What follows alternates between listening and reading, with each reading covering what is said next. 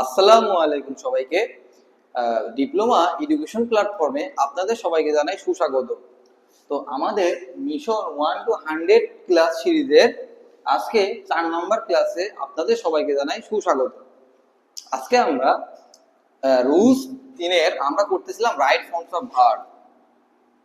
Right forms of verb.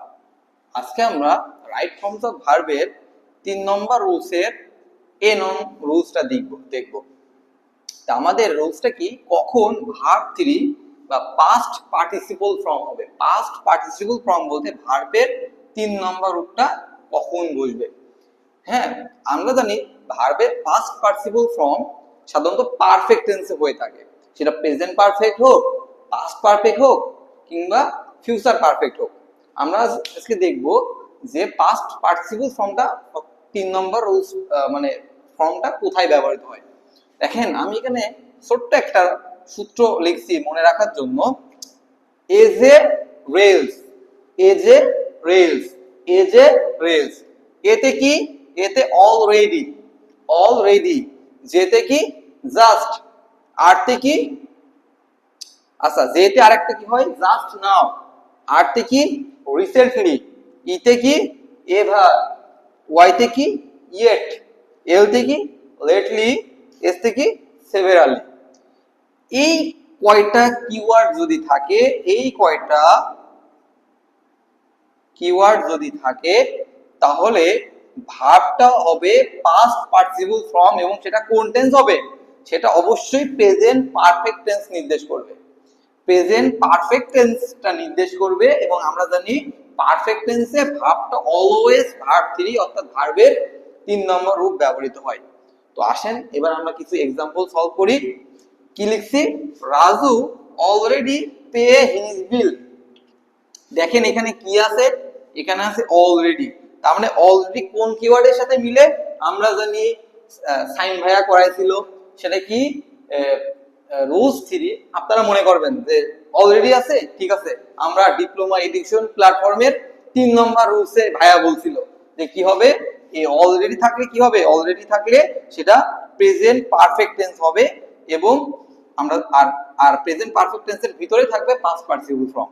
তো আমরা এখন সলভ করি, তাহলে অ্যানসার কি হবে, রাজু অলরেডি, আচ্ছা এটা একটু সুন্দরভাবে দেখি, Raju have already paid his bill. আপনারা এভাবে লিখতে পারতেন, Raju already have paid his bill. তবে আমি একটু সুন্দরভাবে লেখার জন্য এভাবে লিখলাম, Raju have already paid his bill. তাহলে এই হ্যাভ আর এই পেইড, এই পে হলো ভার্বের 1 নম্বর রূপ বা বেস ফর্ম, আর পেইডটা হলো ভার্বের 3 নম্বর রূপ বা পাস্ট পার্টিসিপল ফর্ম। আর এই হ্যাভ দ্বারা নির্দেশ করছে কি, হ্যাভ দ্বারা নির্দেশ করছে এই যে প্রেজেন্ট পারফেক্ট টেন্স নির্দেশ করছে। তো ঠিক আছে। আচ্ছা এবার পরের রুলসটা দেখেন, I submit the document just now. অর্থাৎ আমি এই মাত্রই এই ডকুমেন্টটা সাবমিট করলাম। তো জাস্ট নাও থাকলে আমরা কি জানি, জাস্ট নাও থাকলে আমরা জানি কি হবে, প্রেজেন্ট পারফেক্ট টেন্স হবে। কি হবে, প্রেজেন্ট পারফেক্ট টেন্স হবে এবং পারফেক্ট টেন্সের ভিতরে পাস্ট পার্টিসিপল ফর্ম ব্যবহৃত হয়। এখানে কি লিখবো তাহলে, আই, অ্যানসারটা কি হবে, I have submitted, I have submitted the document, the document just now। কতটা সহজ দেখছেন, আর submitted, I have submitted the document just now। এখন আপনারা বলতে পারেন ভাই এটা কিভাবে আসলো, এটা আমাদের যে টেন্সের ক্লাস হবে সেখানে আমরা বিস্তারিত আলোচনা করব। আচ্ছা আমরা 3 নম্বর রুলসটা সমাধান করি।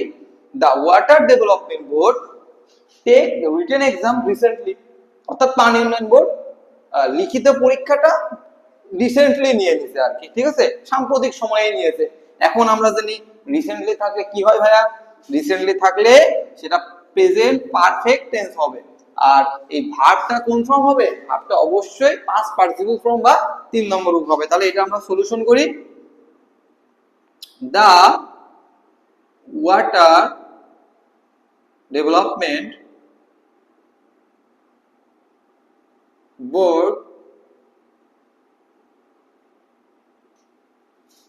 has taken written exam recently। ঠিক আছে, এই যে এই টেকের বদলে কি বসলো? টেকেন। আর এটা হলো একটা পারফেক্ট টেন্স বলে এখানে কি বসতে? হ্যাজ বসতে। আচ্ছা, ছোট্ট একটা মিস্টেক করছি। এখানে কি আছে? রাজু না? রাজু সিঙ্গুলার না? তাহলে এখানে যে হ্যাভ আছে সেটা আমি একটু মিস্টেক করছি। সেটা আসলে হ্যাভ হবে না, সেটা কি হবে? সেটা হলো হ্যাজ। এটা আমরা শিখবো সাবজেক্ট ভার্ব এগ্রিমেন্ট যে চ্যাপ্টারটা আছে সেখানে। তো এটা একটু আপনারা একটু এটা এই ভুলটার জন্য আমি আন্তরিকভাবে দুঃখিত। তো ঠিক আছে, এই হলো আমাদের 3 নম্বর রুলসের এ নং রুলস। তো এই ক্লাসটা দেখে আপনারা নোট করবেন এবং পরবর্তী ক্লাসটা দেখার আমন্ত্রণ রইল।